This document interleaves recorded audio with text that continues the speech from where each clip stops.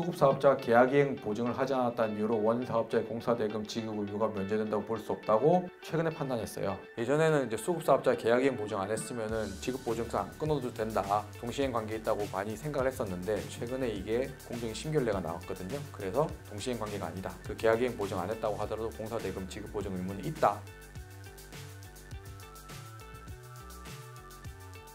그리고 이제 건설 하도급 대금 지급 보증 의무인데요. 이거는 사실 제가 수행한 건데 원래는 탈법 행위가 문제가 됐어요. 뒤에 탈법 행위부터 설명을 드리면 탈법 행위는 그러니까 D사가 이제 2019년부터 2020년 4월까지 7개 수급 사업자와 8건의 하도급 계약을 체결하면서 그러니까 이렇게 된 거예요. 그러니까 L사가 발주자의 발주자가 있고 이게 D사가 그러니까 시행사죠. 시행사고 발주자의 시행사고 얘가 이제 원사업자인 시공사한테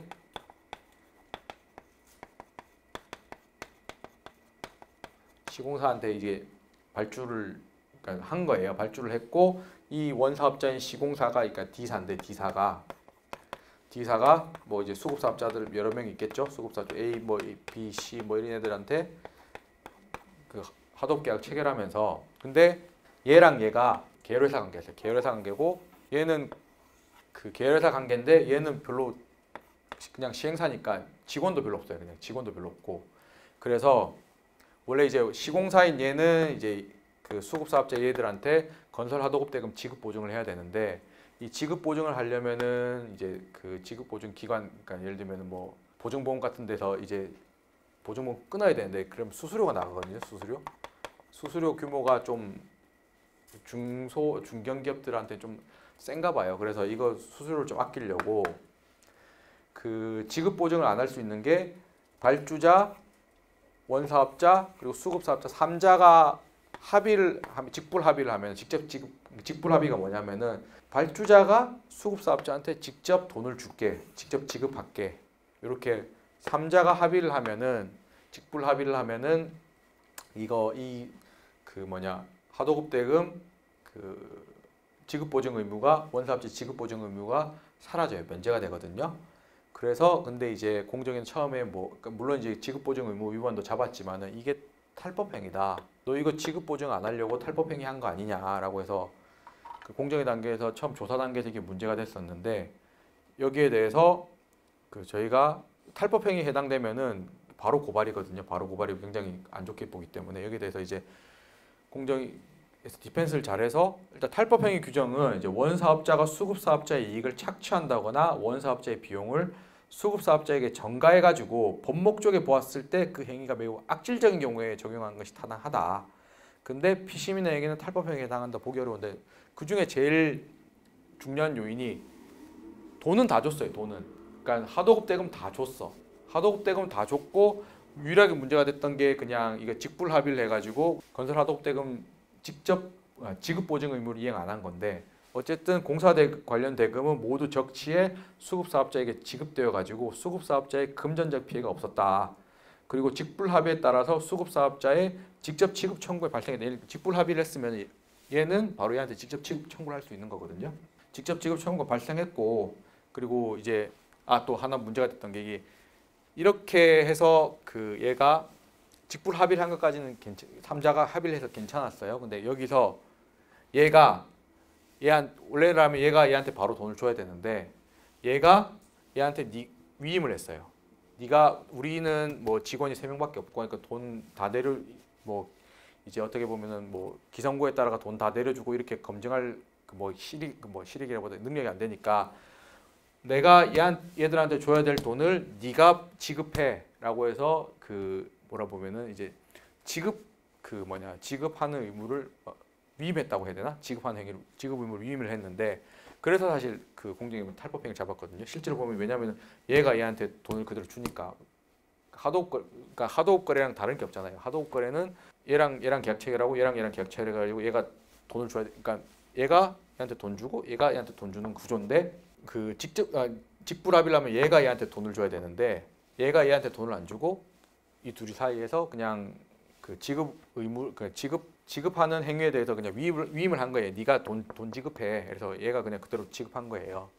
그래서 이제 공정위는 이제 그 심사 보고서는 탈법행위로 올라왔지만은 어쨌든 그 소회의에서 탈법행위까지는 아니다. 그래서 뭐 왜냐면 그리고 또 직불합의에 따라서 수급사업자에게 직접 지급 청구권이 발생했고 피시민이 하도급 대금 지급 업무를 D사에게 위임했어도 그 수급사업자는 발주자에게 대금을 직접 청구할 수 있었기 때문에 탈법행위까지는 아니다라고 판단을 받았는데 어쨌든 이 부분에 대해서는 그 직불합의에 대해서는 직불합의가 유효하지가 않고 왜냐하면 이게 발주자랑 원사업자 계열회사의 관계인데다가 실질적으로 얘가 돈 다 줬고 그 이제 돈도 구분 청구 안 했고 이런 이유로 어쨌든 지급보증 의무는 위반했다라고 판단을 받았거든요.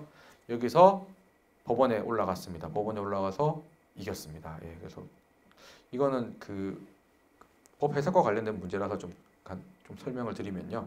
지급보증 의무가 뭐냐부터 설명을 드리면은 원사업자가 이제 수급사업자한테는 계약 체결한 날로부터 30일 내내 공사대금 지급 보증을 해야 되고요. 수급사업자는 원사업자한테 계약 금액의 10%에 해당하는 금액의 계약이행 보증을 해야 됩니다. 그리고 다만 아까 살펴본 이 선급금 그과 비슷하게 그 수급사업자가 계약이행 보증을 하지 않았다는 이유로 원사업자의 공사대금 지급 의무가 면제된다고 볼 수 없다고 최근에 판단했어요. 그래서 혹시 건설회사 다니신 분들 있으면은 예전에는 이제 수급사업자 계약이행 보증 안 했으면은 그 지급보증서 안 끊어도 된다.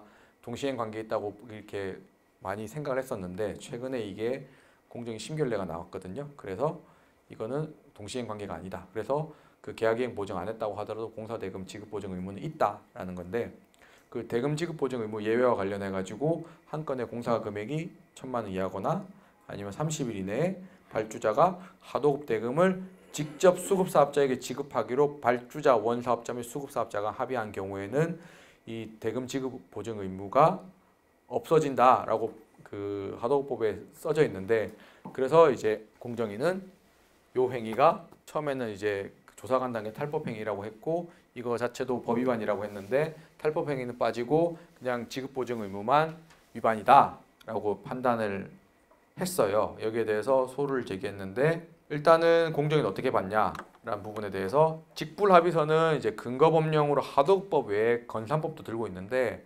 건산법은 이제 발주자가 수급사업자에게 대금을 직접 지급해야 원사업자의 수급사업자에 대한 대금 지급 채무가 소멸한다.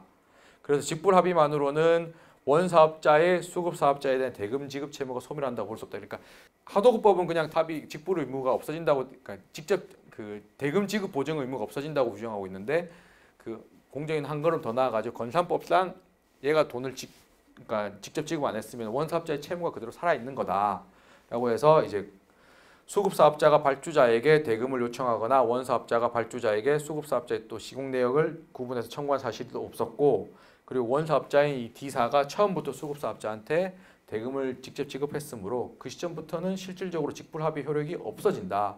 그리고 직불합의 효력이 없어지면은 대금 지급 보증 의무가 있는데 그걸 안 했다라고 판단을 한 거죠. 그래서 직불합의 효력이 상실한 시점부터는 원사업자의 수급사업자에 대한 대금 지급 채무가 발생하므로 대금 지급 보증 의무 또한 발생한다고 봐야 된다라고 공정위는 판단했는데 저희는 아니 이건 법은 그냥 문헌대로 해석을 해야지 법 해석을 이렇게 마음대로 하면 되냐 네 마음대로 해서 그렇게 저희가 그 어필을 해서 이제 고등법원에서 이겼고 대법원에서 심리불송 기각 판결냈는데 일단 법원은 어떻게 판단했냐 법원은 처분문서의 기재 내용을 부인할 만한 분명하고도 수긍할 수 있는 반증이 없는 한 그 처분문서에 기재되어 있는 문헌대로의 의사표시의 존재 및 내용을 이행해야 하고 하는데 발주자, 원사업자, 수급사업자 사이에 일단 직불합의는 있었다. 직불합의에 대해서는 이 수급사업자도 전혀 이의 제기를 안 하거든요. 직불합의가 있었으면 인정되고 그 공정위도 직불합의서의 진정 성립에 대해서는 전혀 다투지가 않는다. 그리고 그러니까 공정위는 원사업자 및 발주자가 경영상 의사결정을 공동으로 수행하는 관계에 있으므로 그러니까 이 둘이 L사와 D사가 경영상 의사결정을 공동으로 수행하는 관계에 있으므로 직불합의가 이제 법원 단계 통정허위 표시로서 무효라고 주장했어요. 그리고 원사업자의 요구에 따라서 수급사업자가 원고에게 공사대금을 청구한 시점에 직불합의 효력이 상실돼도 주장하지만은 어쨌든 일단 저희가 또 주장했던 게 또 행정법 법리가 또 들어가는데 이게 피고는 처분 사유로 직불 합의가 없거나 합의 이후 그 효력이 상실되었음에도 원사업자가 대금 지급 보증을 하지 않았다고 하였을 뿐 직불 합의가 통정 허위 표시에 해당하여 효력이 없다는 것을 공정위 처분할 때 의결서 단계에서 처분 사유를 안 밝혔다. 그리고 통정 허위 표시는 피고가 당초 처분 사유로 삼은 것과 기본적 사실관계가 동일하다고 볼 수 없다. 그래서 일단 너 이거 통정 허위 표시라는 처분 사유를 법원 단계에 추가할 수 없다가 하나고 있고요. 두 번째로는 통정 허위 표시라고 인정할 만한 아무런 증거가 없다. 그러니까 앞에 요 부분과 또 연결이 되죠. 여기 처분 문서의 진정 성립과 관련해 가지고 그 피고도 이제 직불합의 진정 성립이 안 다투니까 그럼 통정 허위 표시라고 진정 성립이 다투지 않으니까 이게 기본적으로 문헌상으로는 이게 수급 사업자라든지 발주자 원사업자 진정한 의사가 반영된 걸로 봐야 되잖아요. 근데 그걸 반증하려면은 뭔가 통정 허위 표시라는 반증이 있어야 되는데 아무런 증거도 없다. 그냥 말만 하고 있다. 안 된다는 거고요. 그리고 직불합의서에 하도급법과 함께 이제 건산법이 기재될 사정만으로는 하도급법상 직불합의가 아니라고 볼 수는 없다. 왜냐하면 뭐 건산법은 특히나 이제 건산법은 이제 하도급 대금 직접 지급이랑 이에 따른 지급 채무 소멸 범위에 관한 것이어서 지급 보증 의무 여부와는 무관하다. 그래서 건산법을 이유로 들 수는 없다.